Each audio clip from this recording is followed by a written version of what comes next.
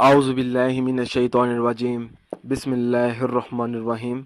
अस्सलामुअलैकुम नाज़रीन हज़रात, आप देख रहे हैं ज़ोया लाइफ हेल्थ केयर। दोस्तों, आज मैं आप लोगों को एक बेहतरीन अमल बताऊंगा।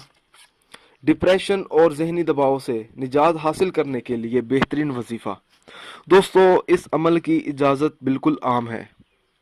अमल बताने से पहले मेरी आप लोगों से एक गुजारिश है। दोस्तों, ये जो वज़ाइफ मैं आप लोगों तक पहुंचा रहा हूं, इन वज़ाइफ को आप लोगों ने सिर्फ़ और सिर्फ जायज़ मकसद के लिए इस्तेमाल करना है। ना जायज़ मकसद के लिए हरगिज़ इस्तेमाल नहीं करना, वरना कोई फ़ायदा नहीं होगा। अक्सर देखा जाता है लोग परेशानियों में मुब्तला होते हैं, फ़िक्र व रंज में मुब्तला होते हैं, डिप्रेशन और जहनी दबाव का शिकार होते हैं, क्योंकि हर दूसरा शख्स डिप्रेशन का शिकार होता है। अगर कोई ऐसा शख्स है जो चाहता है कि वो इन सब से दूर रहे, तो उस शख्स को चाहिए कि वो ये अमल करे। अमल इस तरह से शुरू करना होगा।